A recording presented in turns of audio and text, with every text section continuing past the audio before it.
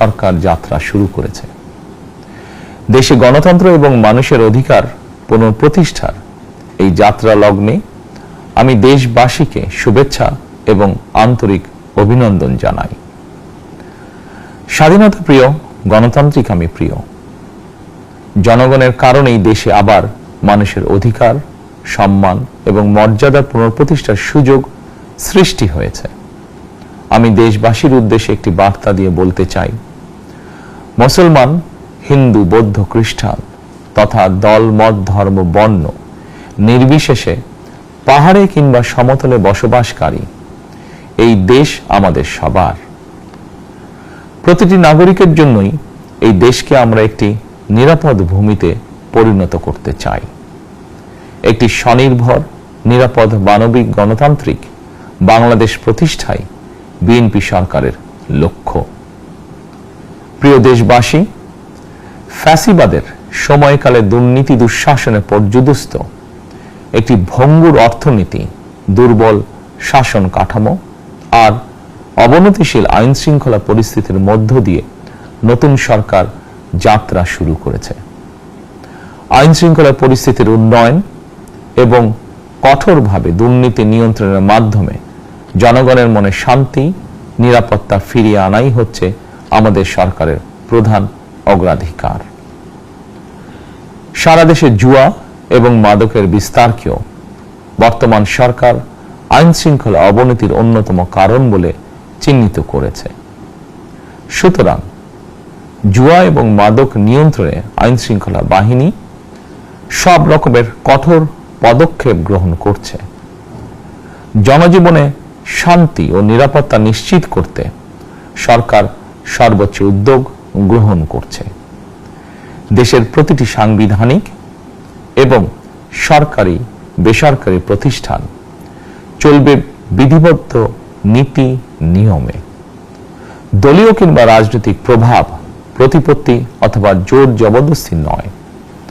আইনের শাসনই হবে রাষ্ট্র পরিচালনার শেষ কথা। প্রিয় দেশবাসী, আগামীকাল থেকে সারা দেশে শুরু হতে যাচ্ছে পবিত্র মাহে রমাদান। আমি দেশবাসীকে পবিত্র মাহে রমাদানের শুভেচ্ছা জানাই। রমাদান আত্মশুদ্ধির মাস।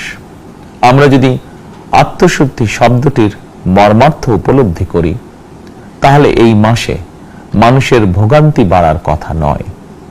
যদিও আমাদের অনেকের মধ্যেই এই মাসটিকে ঘিরে ব্যবসায় অধিক মুনাফা লাভের প্রবণতা লক্ষণীয়। আপনাদের প্রতি আমার বিনীত আহ্বান, রমাদানের পবিত্রতা রক্ষার্থে এই মাসটিকে আপনারা ব্যবসা মুনাফা লাভের মাস হিসাবে পরিগণিত করবেন না। দ্রব্যমূল্য যাতে সাধারণ মানুষের নাগালের বাইরে না যায়, এ ব্যাপারে ব্যবসায়ীরা দয়া করে সতর্ক থাকবেন। হাজারো প্রাণের বিনিময় একটি মাফিয়া সিন্ডিকেটের পতন ঘটিয়ে রাষ্ট্র এবং সরকারের জনগণের অধিকার প্রতিষ্ঠার অঙ্গীকার নিয়েই আমরা রাষ্ট্র পরিচালনার দায়িত্ব গ্রহণ করেছি। বিএনপি সরকার সকল ক্ষেত্রে অনাচার, অনিয়মের সকল সিন্ডিকেট ভেঙে দিতে বদ্ধপরিকর ইনশাআল্লাহ। ক্ষুদ্র, মাঝারি কিংবা ছোট বড় সকল ব্যবসায়ীদের প্রতি বর্তমান সরকারের দৃষ্টিভঙ্গি সহজ এবং স্পষ্ট। বর্তমান সরকার ব্যবসায়ী এবং ক্রেতা সাধারণ উভয় স্বার্থ রক্ষা করে প্রয়োজনীয় পদক্ষেপ গ্রহণ করতে চায়। সুতরাং সরকারের পক্ষ থেকে কি ধরনের উদ্যোগ গ্রহণ করলে বাজার পরিস্থিতি নিয়ন্ত্রণে থাকবে কিংবা ক্রেতা বিক্রেতা উভয়েরই স্বার্থ রক্ষা হবে, এ ব্যাপারে আপনাদের যে কোনো ধরনের পরামর্শ কিংবা অভিযোগ শুনতে সরকার প্রস্তুত। ক্রেতা বিক্রেতা গ্রহীতা এই সরকার সকলেরই সরকার। এই সরকার আপনাদেরই সরকার। আপনারাই ভোটের মাধ্যমে এই সরকারকে রাষ্ট্র পরিচালনার দায়িত্ব দিয়েছেন। আপনারাই এই সরকারের শক্তি। প্রিয় দেশবাসী, পবিত্র রমাদান মাসে রোজাদারগণ বিশেষ করে ইফতার, তারাবি, সেহরি এই সময়গুলোতে নিরবিচ্ছিন্নভাবে গ্যাস, পানি ও বিদ্যুৎ সরবরাহ পেতে চান। এই বিষয়টি নিশ্চিত করতে এরই মধ্যে আমি সংশ্লিষ্ট কর্তৃপক্ষকে নির্দেশনা দিয়েছি। অপচয় রোধ করে কৃচ্ছ্রতা সাধন প্রতিটি মুসলমানের ঈমানি দায়িত্ব। অফিস আদালতে বিনা প্রয়োজনে কিংবা প্রয়োজনের অতিরিক্ত গ্যাস, বিদ্যুৎ, পানি খরচের ব্যাপারে সচেতনতা অবলম্বন করাও ইবাদতেরই অংশ বলেই আমি মনে করি। দেশের সকল সরকারি বেসরকারি কর্মকর্তা কর্মচারী এবং জনসাধারণের প্রতি কৃচ্ছ্রতা সাধনের আহ্বান জানানোর আগে আমি সরকারের মন্ত্রী এবং বিএনপি সংসদ সদস্যদেরকে দিয়েই একটি দৃষ্টান্ত স্থাপন করতে চেয়েছি।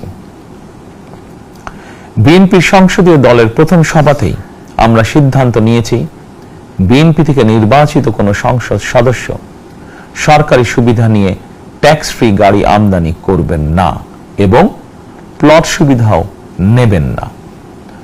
আমি আপনাদের সামনে বলেছিলাম, রাষ্ট্র পরিচালনার সুযোগ পেলে বিএনপি সরকার মহানবীর ন্যায়পরায়ণতার আদর্শ অনুসরণ করবে। আমি মনে করি বিএনপির সংসদীয় দলের এই সিদ্ধান্ত ন্যায়পরায়ণতার আদর্শেরই একটি অন্যতম প্রতিফলন। প্রিয় দেশবাসী, বিভাগীয় শহরগুলিতে বিশেষ করে রাজধানী ঢাকায় যানজট অত্যন্ত নিয়ন্ত্রণহীন। হাটে মাঠে ঘাটে, অফিস আদালতে জনগণের ভোগান্তির শেষ নেই। জনজীবনের নানা ক্ষেত্রে জনদুর্ভোগ লাঘব করা না গেলে জনমনে স্বস্তিও ফিরবে না। রাজধানীতে জনসংখ্যার চাপ কমাতে বিকল্প ব্যবস্থা গ্রহণ করা জরুরি হয়ে পড়েছে। মানুষ তার নিজ জেলায় কিংবা নিজের বাসা বাড়িতে থেকেও যাতে সহজভাবে সঠিক সময়ে অফিস, আদালত, ব্যবসা বাণিজ্য করতে পারেন, সেই লক্ষ্যকে সামনে রেখেই সারা দেশে রেল যোগাযোগ ব্যবস্থা ঢেলে সাজানোর উদ্যোগ নেওয়া হচ্ছে। এই পরিকল্পনার অংশ হিসাবে প্রথমেই রেল, নৌ, সড়ক এবং সেতু মন্ত্রণালয়ের কার্যক্রম পুনর্বিন্যাস ও সমন্বয় করা হচ্ছে। আমরা মনে করি সারা দেশে রেল যোগাযোগ ব্যবস্থার সহজ, সুলভ এবং নিরাপদ করা গেলে একদিকে যেমন জনগণের শহর কেন্দ্রিক বা নগর কেন্দ্রিক নির্ভরতা কমবে, অপরদিকে পরিবেশেরও উন্নতি হবে। প্রিয় দেশবাসী, আমাদের চারপাশে সমস্যার শেষ নেই, তবে সমস্যার পাশাপাশি সম্ভাবনাও কিন্তু কম নয়। আমাদের বৃহৎ জনগোষ্ঠীকে যদি আমরা দক্ষ জনশক্তিতে রূপান্তরিত করতে পারি, তাহলে এই জনসংখ্যাই হবে আমাদের জনসম্পদ। আমরা নিজেদেরকে দক্ষ করে গড়ে তুলতে পারলে শুধু বাংলাদেশই নয়, বিশ্ব বাজারও আমাদের জন্য উন্মুক্ত। তথ্য প্রযুক্তির সিঁড়ি বেয়ে বিশ্ব এখন কৃত্রিম বুদ্ধিমত্তার যুগে প্রবেশ করেছে।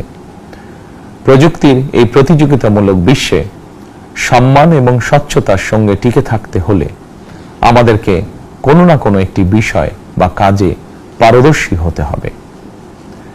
দেশের কোটি কোটি শিক্ষার্থী এবং তরুণ যুবশক্তির উদ্দেশ্যে বলতে চাই, মেধায়, জ্ঞানে, বিজ্ঞানে নিজেদেরকে যোগ্য করে গড়ে তোলার জন্য যত রকমের সহযোগিতা দেওয়া যায়, সব রকমের সহযোগিতা দিতে বর্তমান সরকার প্রস্তুত।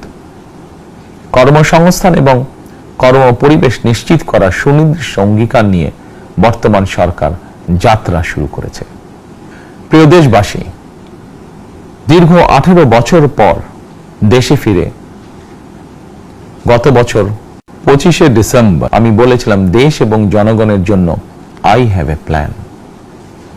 12ই ফেব্রুয়ারি জাতীয় নির্বাচনের আগে দেশের বিভিন্ন স্থানে ঘুরে আমার প্ল্যান, পরিকল্পনার অনেক কিছু আমি আপনাদের সামনে তুলে ধরেছিলাম। আপনারা স্বাধীনতার ঘোষকের প্রতিষ্ঠিত দল বিএনপিকে ভোট দিয়ে রাষ্ট্র পরিচালনার দায়িত্ব দিয়েছেন। সকল পরিকল্পনা বাস্তবায়নের সুযোগ দিয়েছেন। এখন এই সুযোগকে কাজে লাগিয়ে সকল অঙ্গীকার পূরণ করার দায়িত্ব বিএনপি সরকারের। আমরা আমাদের পরিকল্পনা এবং প্রতিশ্রুতি বাস্তবায়নের কাজ শুরু করে দিয়েছি ইনশাআল্লাহ। অঙ্গীকার পূরণের এই যাত্রা পথে আমরা ভবিষ্যতের দিনগুলোতেও আপনাদের অব্যাহত সমর্থন প্রত্যাশা করি। প্রিয় দেশবাসী, সরকার প্রধান হিসাবে আমি দেশবাসীর উদ্দেশ্যে একটি বিষয়ে প্রতি দৃষ্টি আকর্ষণ করে বলতে চাই। নবগঠিত সরকার গঠনের সুযোগ দিতে যারা বিএনপিকে ভোট দিয়েছেন কিংবা দেননি অথবা কাউকেই ভোট দেননি, এই সরকারের প্রতি আপনাদের সবার সমান অধিকার। বিএনপি সরকার বিশ্বাস করে দল মত ধর্ম দর্শন যার যার, রাষ্ট্র সবার। এই দেশে এই রাষ্ট্রে একজন বাংলাদেশী হিসাবে আপনার আমার আমাদের প্রতিটি বাংলাদেশী নাগরিকের অধিকার সমান। প্রিয় দেশবাসী, আল্লাহ আমাদের সবাইকে নিরাপদ এবং সুস্থ রাখুন। আল্লাহ আমাদের সকলকে ইতিবাচক পরিকল্পনাগুলো বাস্তবায়নের তৌফিক দিন। পবিত্র রমাদান মাস শুরুর শুভ লগ্নে আল্লাহর দরবারে এই নিবেদন রেখে আমার বক্তব্য শেষ করছি। আল্লাহ হাফেজ। বাংলাদেশ জিন্দাবাদ।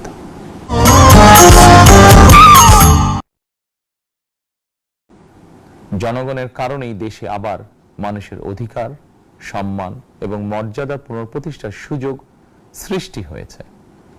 আমি দেশবাসীর উদ্দেশ্যে একটি বার্তা দিয়ে বলতে চাই, মুসলমান, হিন্দু, বৌদ্ধ, খ্রিস্টান তথা দল মত ধর্ম বর্ণ নির্বিশেষে পাহাড়ে কিংবা সমতলে বসবাসকারী এই দেশ আমাদের সবার।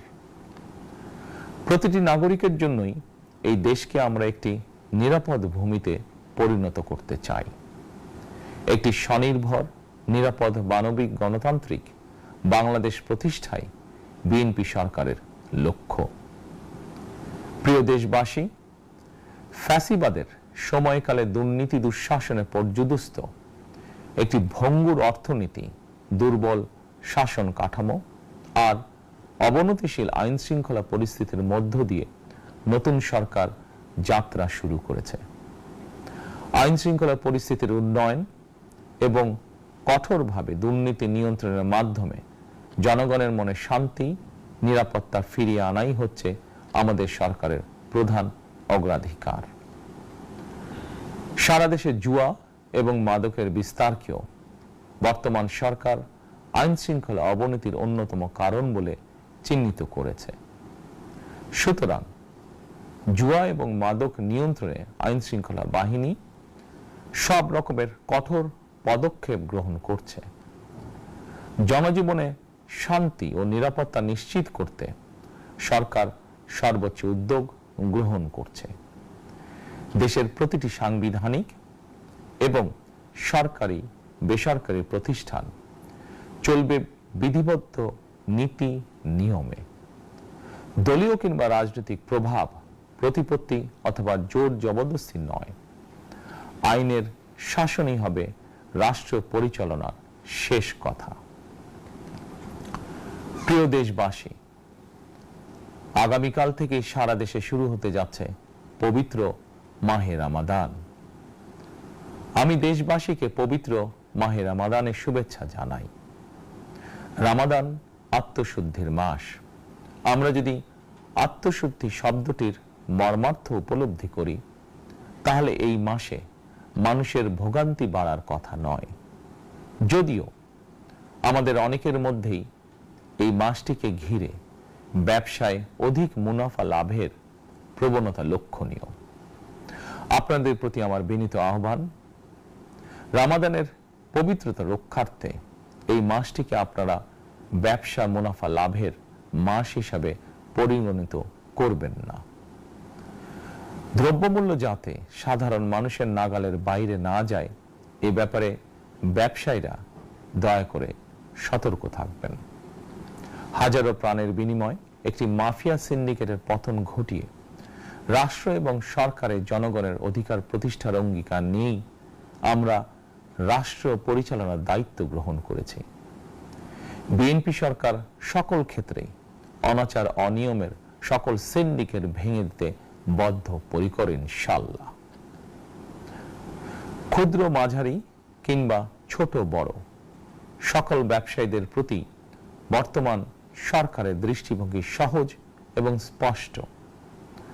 বর্তমান সরকার ব্যবসায়ী এবং ক্রেতা সাধারণ উভয় স্বার্থ রক্ষা করে প্রয়োজনীয় পদক্ষেপ গ্রহণ করতে চায়। সুতরাং সরকারের পক্ষ থেকে কি ধরনের উদ্যোগ গ্রহণ করলে বাজার পরিস্থিতি নিয়ন্ত্রণে থাকবে কিংবা ক্রেতা বিক্রেতা উভয়েরই স্বার্থ রক্ষা হবে, এই ব্যাপারে আপনাদের যে কোনো ধরনের পরামর্শ কিংবা অভিযোগ শুনতে সরকার প্রস্তুত। ক্রেতা বিক্রেতা গ্রহীতা এই সরকার সকলেরই সরকার। এই সরকার আপনাদেরই সরকার। আপনারাই ভোটের মাধ্যমে এই সরকারকে রাষ্ট্র পরিচালনার দায়িত্ব দিয়েছেন। আপনারাই এই সরকারের শক্তি। প্রিয় দেশবাসী, পবিত্র রমাদান মাসে রোজাদারগণ বিশেষ করে ইফতার, তারাবি, সেহরি এই সময়গুলোতে নিরবিচ্ছিন্নভাবে গ্যাস, পানি ও বিদ্যুৎ সরবরাহ পেতে চান। এই বিষয়টি নিশ্চিত করতে এরই মধ্যে আমি সংশ্লিষ্ট কর্তৃপক্ষকে নির্দেশনা দিয়েছি। অপচয় রোধ করে কৃচ্ছতা সাধন প্রতিটি মুসলমানের ঈমানি দায়িত্ব। অফিস আদালতে বিনা প্রয়োজনে কিংবা প্রয়োজনের অতিরিক্ত গ্যাস, বিদ্যুৎ, পানি খরচের ব্যাপারে সচেতনতা অবলম্বন করাও ইবাদতেরই অংশ বলেই আমি মনে করি। দেশের সকল সরকারি বেসরকারি কর্মকর্তা কর্মচারী এবং জনসাধারণের প্রতি কৃচ্ছতা সাধনের আহ্বান জানানোর আগে আমি সরকারের মন্ত্রী এবং বিএনপি সংসদ সদস্যদেরকে দিয়েই একটি দৃষ্টান্ত স্থাপন করতে চেয়েছি। বিএনপির সংসদীয় দলের প্রথম সভাতেই আমরা সিদ্ধান্ত নিয়েছি, বিএনপি থেকে নির্বাচিত কোনো সংসদ সদস্য সরকারি সুবিধা নিয়ে ট্যাক্স ফ্রি গাড়ি আমদানি করবেন না এবং প্লট সুবিধাও নেবেন না। আমি আপনাদের সামনে বলেছিলাম, রাষ্ট্র পরিচালনার সুযোগ পেলে বিএনপি সরকার মহানবীর ন্যায়পরায়ণতার আদর্শ অনুসরণ করবে।